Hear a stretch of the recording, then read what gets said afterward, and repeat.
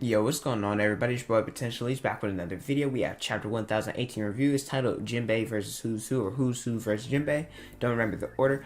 And before I get into it, I'm a little bit surprised. There wasn't a cliffhanger per se at the end, kind of like, oh, well, the importance of the gum gum fruit, or Yamato versus Kaido, or the rooftop. It was just like a normal end to a chapter.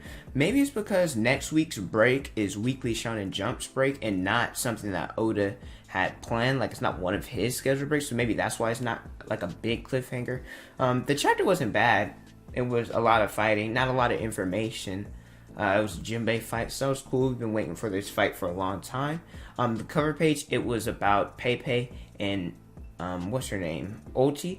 They both are in a room. Pepe, he is reading a picture book to Ulti, and Ulti's sitting up here pestering him with dinosaur plushies. I like the cover page. This has been one of my favorite cover pages in a long time. I love page 1. I love Ulti, so it's fitting that this is a good cover page. It was a request by someone as well. So the chapter starts out with Tama, Nami, Usopp. They're at the top and they're sitting up here.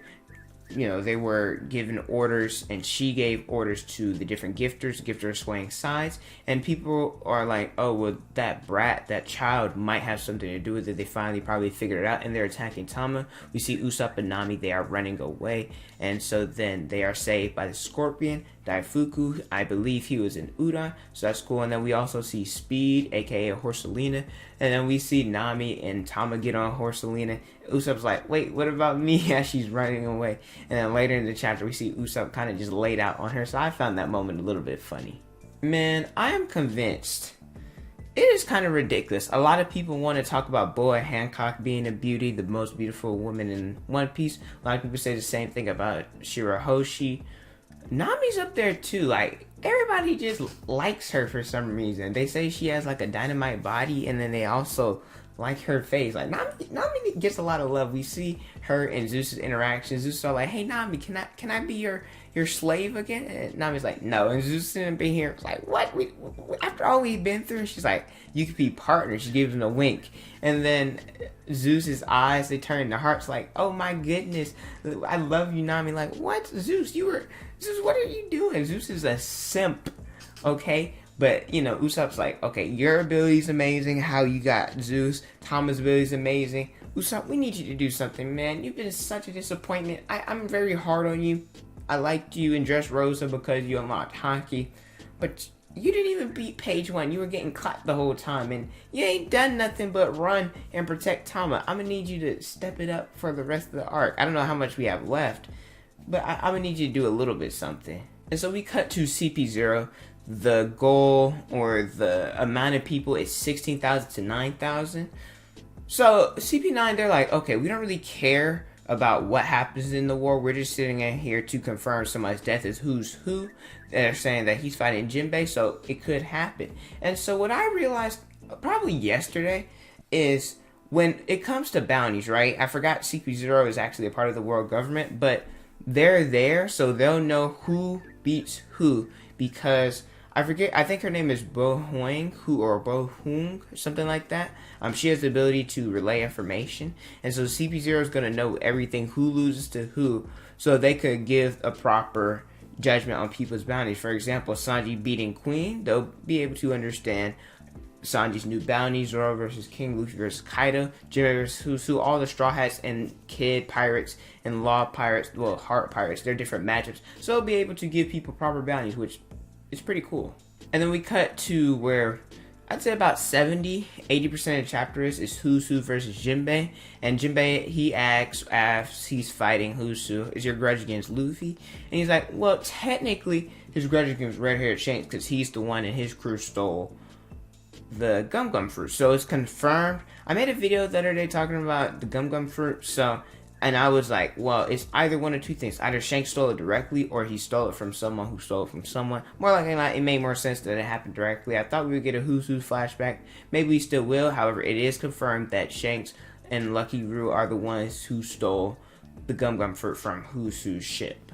And so apparently, Who's Who, when they fought on the ship and it was stolen, he remembered that Shanks wore the straw hat. So he says, well, since Luffy wears the straw hat and he stole, well, and he's eating the gum fruit. It's only natural for me to hold a grudge against him.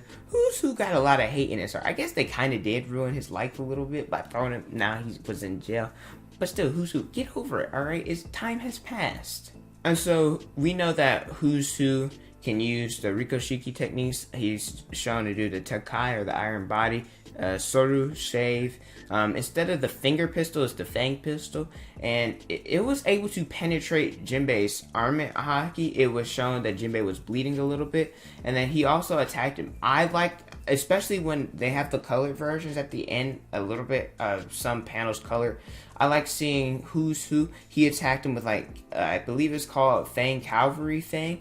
And so that's when he went up and he charged, and he had armor haki imbued in his teeth. And he tried to bite Jinbei's arm through armor haki. Obviously, whoever has the stronger haki wins. But I think that panel, it was beautifully done.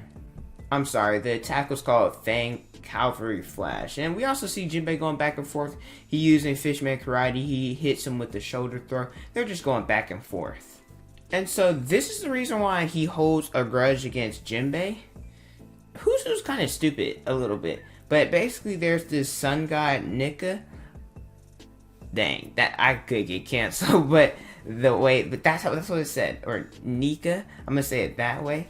Because they were the sun. If you believe in the sun god, it will protect you and it will keep you and free you from prison. Kind of like, I guess, Fishman Tiger, something like that, protecting and going and freeing the slaves. And so he's like, well, he was told this story, and a couple of days later, the guard, he ended up disappearing, or whoever told him the story, he said, well, that could happen to him. And so he decided to break out on his own. And so who mocks Jinbei a little bit, or I don't know if he's mocking, maybe he might be serious, but he's like, well, the Sun Pirates, they consist of former slaves. Isn't Fishman's entire history about slavery? So Jinbei, obviously he didn't like that, because Jinbei's like the head of the Fishman. And so he goes and he's attacking Who's. This is where the tide of the battle shifts, in my opinion. And so Jinbei sitting up in here, blocking different Fang pistol attacks. Just blocking a lot of Who's attacks. He counters. He hits with the ultimate technique. I believe it's called Gargoyles. Shoot, I don't remember. I think it's Gargoyles Tile Fist, something like that.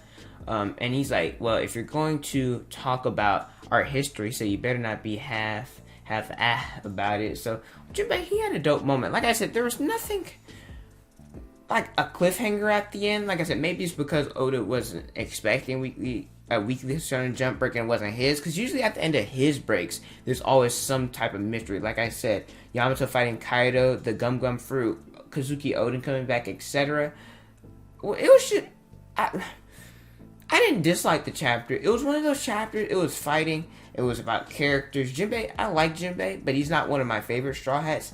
I was waiting for the Who's Who matchup, so I am excited about that.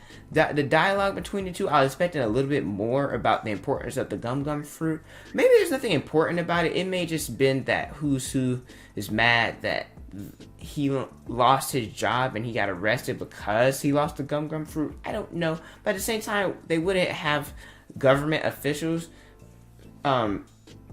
protecting it and trying to get it to the world government. But like... devil fruits are rare, so I don't know. It's really confusing.